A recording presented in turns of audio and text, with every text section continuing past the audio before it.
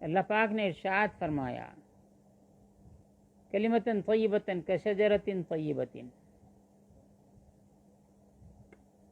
اصلها ثابت فروعها فی السماء. کلمہ طیبہ ایک مبارک درخت کی مانند ہے، اس کی اصل یعنی اس کی جڑیں زمین میں ہیں اور اس کی شاخیں آسمان میں ہیں. یہ بات کسی ضمن میں آگے اس سے پہلے گزر چکی ہے. مومن کا سینہ یہ پاک مٹی کی طرح ہے، پاک زمین کی طرح ہے. جب کلمہ طیبہ کا بیج اس میں ڈالا جاتا ہے، اس سینے میں بویا جاتا ہے، سینے میں عام طور پر آپ کو یہ بیج نظر آتا ہے. یہ بیج زمین میں ڈالا جاتا ہے، یہ زمین ہے، یہ زمین نچلا حصہ ہے اس کا. لیکن جب کلمہ طیبہ کی بات آتی ہے تو اللہ تعالیٰ نے فرمایا کہ یہ جو سینہ ہے اس کو احادیث میں آیا ہے کہ پاک زمین اس کو کہا گیا ہے. اس دانے کو کیسے بویا جائے؟ بونے کا آلہ بھی چاہیے. جب بیج ہے تو اس کے بونے کا آلہ چاہیے. بیج بونے کا آلہ یہ زبان ہے. اس زبان سے وہ بیج جو نظر نہیں آتا ہے، وہ کلمہ طیبہ لا الہ الا اللہ، یہ بیج کی طرح بیج نہیں ہے. یہ بیج زبان سے بویا جاتا ہے. اس کے بونے کا طریقہ یہ ہے، جب زبان سے اللہ اللہ کہے گا، لا الہ الا اللہ کی کثرت کرے گا، لا الہ الا اللہ محمد رسول اللہ کی کثرت کرے گا، تو اس سینے میں یہ بیج بویا جاتا ہے. اس کے بونے کی مثال میں دیتا ہوں، وہ یہ ہے آسمان سے بارش ہوتی ہے قطروں قطروں کی شکل میں، اور وہ زمین میں وہ پانی داخل ہوتا ہے. جب بارش ہوتی ہے تو زمین سرسبز و شاداب ہو جاتی ہے. یہ زراعت کا پہلا مرحلہ ہے. زمین کو صاف ستھری کر کے ناگر بکھر کر کے تیار رکھتے ہیں. جب بارش ہو جائے تو دانہ بویا جائے گا. دانہ بہترین ہے، دانہ اچھا ہے، دانہ ٹیسٹڈ ہے، گورنمنٹ کی طرف سے ٹیسٹ کر کے کہ یہ دانہ بہتر ہے، 100% اس میں پودا اگے گا اور پھل اچھا دے گا. تو پہلے زمین کو صاف کیا جاتا ہے، بارش کا انتظار کیا جاتا ہے. آپ نہیں برساتے بارش، آپ کی محنت یہاں تک ہے کہ زمین کو سنوارا جائے، کاشت کے قابل بنایا جائے. تو کلمہ طیبہ کا جو پڑھنا ہے، یہ پڑھنا گویا جو دل بنجر ہیں، ناقابل کاشت ہیں، اگر بہتر بیج، اچھی کوالٹی کا بہترین بیج اس زمین میں بویا جائے تو زمین میں جا کے وہ بیج جل جائے گا. کلمہ طیبہ کی زراعت آپ کر رہے ہیں. اگر کسی شخص سے جو مسلمان نہ ہو اس کو پڑھوائیے، وہ زبان سے پڑھ لے گا لیکن جانتا ہی نہیں ہے کیا ہے.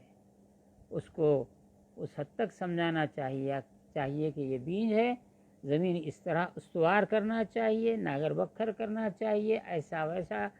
اس کے بعد یہ جب آسمان سے بارش نازل ہوگی، بارش کا موسم ہوتا ہے، جب یہ بارش نازل ہوگی تو یہ زمین جو قابل کاشت تم نے بنا رکھی ہے وہ بارش کو قبول کرے گی. آپ دانہ بوئیں گے، پھر بارش ہوگی، پھر دانہ وہ بڑھنے لگے گا. یہ فنا پہلی جو بارش کے بعد آپ نے دانہ بویا وہ چند دن تک تو فنائیت کی منزل میں رہتا ہے. زمین میں جا کر دانہ اپنی شناخت کو کھو دیتا ہے، کچھ باقی نہیں رہتا. اس کے بعد ہر دانے پر جو غلاف ہوتا ہے، وہ سیڈ کا جو کور ہوتا ہے، سیڈ کور، وہ اپنا سیڈ کور چھوڑ دیتا ہے. سیڈ کور چھوڑنے کے بعد جو اس کے اندر جو بات چھپی ہوئی ہوتی ہے وہ ظاہر ہونے لگتی ہے. جب یہ سینے میں جب یہ بیج بویا جاتا ہے کلمہ طیبہ لا الہ الا اللہ کا، تو آپ کا سینہ جو زمین پاک ہے، زمین پاک میں پاک بیج بونے سے